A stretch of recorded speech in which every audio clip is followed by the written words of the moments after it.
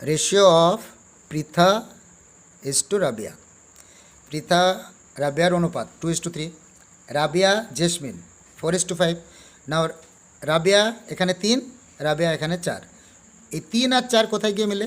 3 4 12, এদের লসাগুতে। তাহলে 3কে যদি 4 দিয়ে মাল্টিপ্লাই করি কত হবে? 12। আর 4কে যদি 3 দিয়ে মাল্টিপ্লাই করি কত হবে? 3 4 12। তাহলে এটাকে মাল্টিপ্লাইড বাই যদি 4 করি তাহলে 4 দোকানে 8, 3 4 12। এটাকে যদি 3 দিয়ে মাল্টিপ্লাই করি তাহলে 3 4 12 = 3 5 15। তার মানে পৃথা যদি 8 হয় তাহলে রাবিয়া কত? 12। আর রাবিয়া যদি 12 হয় তাহলে জেসমিন কত? 15। তাহলে পৃথা = রাবিয়া = জেসমিন। তাহলে এদের রেশিও কত দাঁড়াচ্ছে?